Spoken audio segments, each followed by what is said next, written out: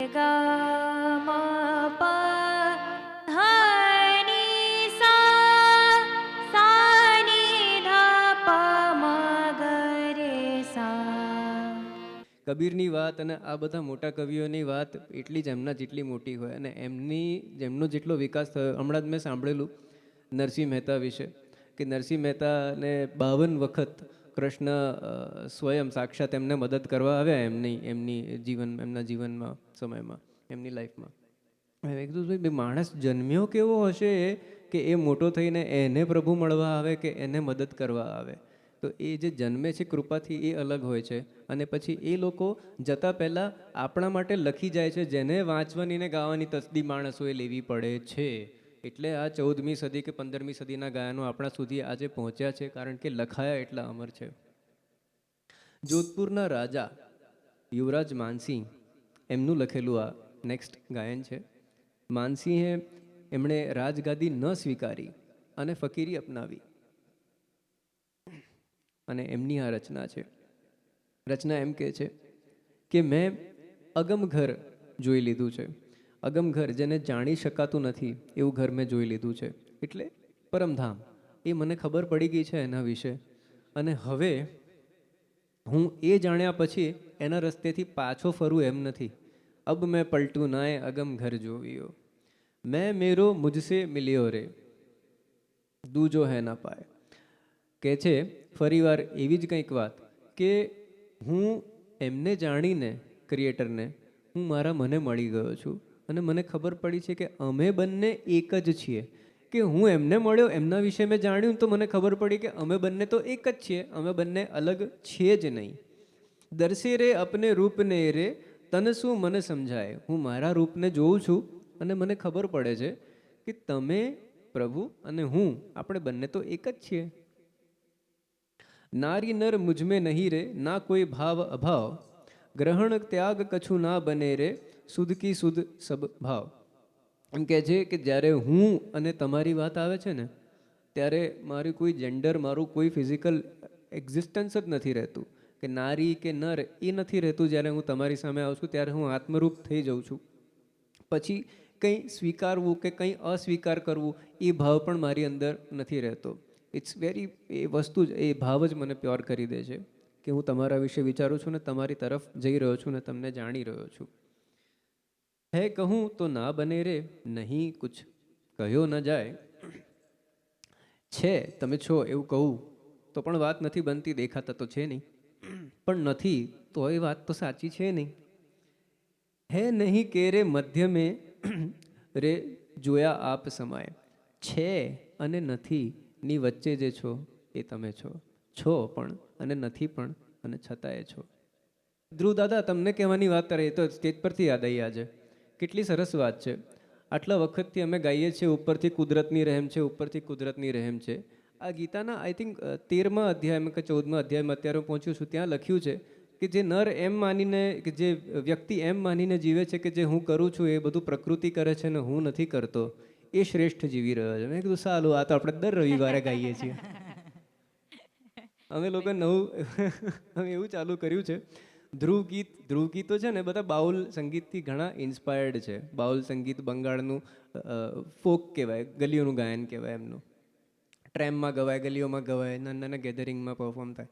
એવી રીતે ધ્રુવ ગીતો અમે લોકો સ્ટ્રીટમાં અમદાવાદની હેરિટેજ ગલીઓમાં ગાતા ગાતા જતા હોઈએ છીએ. તો લગભગ દર રવિવારે આ ઉપરથી કુદરતની રહેમ છે કરીએ છીએ. કે ગીતાની વાત દાદાને ગીતમાં લખી છે એટલે ગીત ચાલ્યું છે દાદા.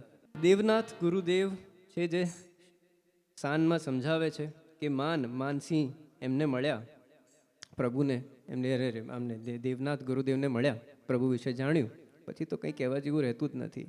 કે બસ એ જ એક છેલ્લું જાણવા જેવી વાત હતી. તો ગાઈએ.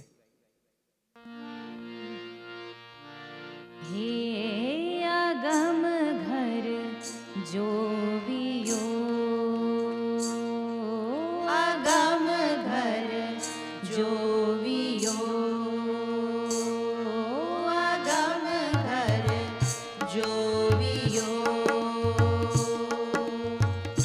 अब मैं पलटूं नाय अब मैं पलटूं नाय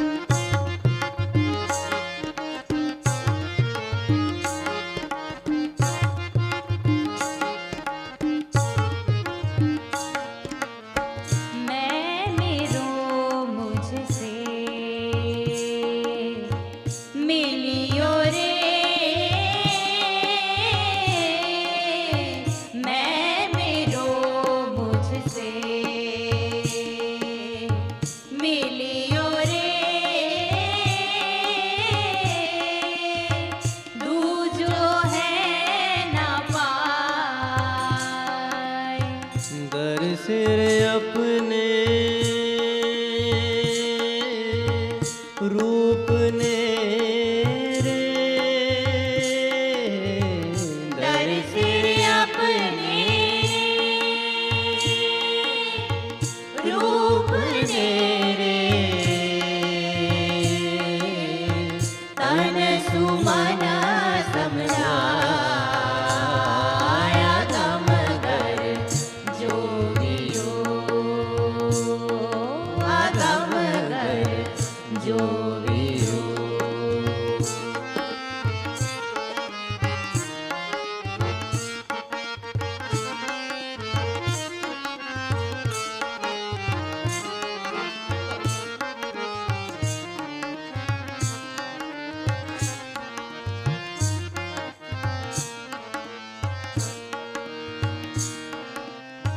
नारी नर मुझ में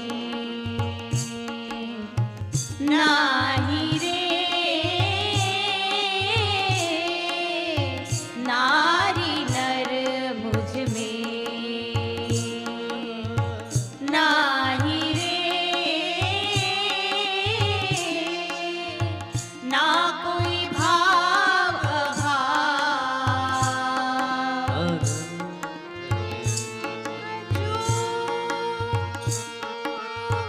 ना बने ग्रहण त्याग कछु ना बने रे ग्रहण त्याग कछु ना बने रे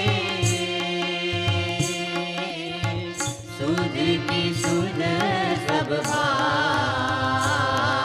आगम घर जो बियो आगम घर जो बियो।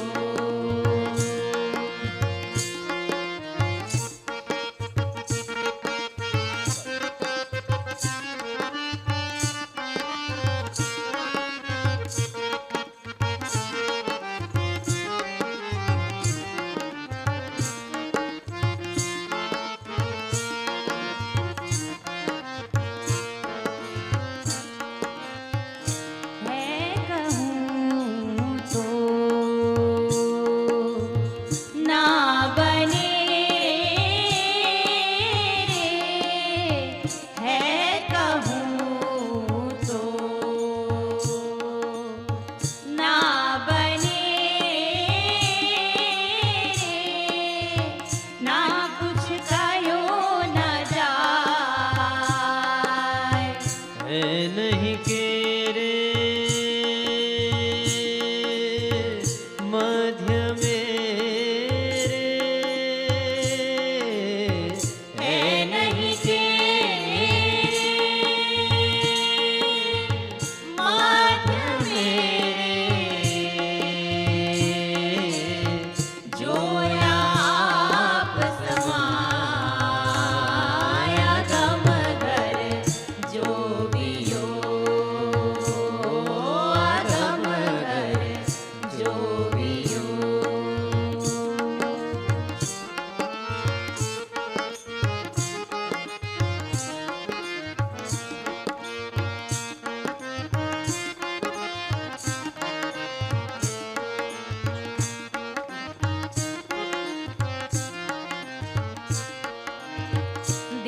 देवनाथ गुरु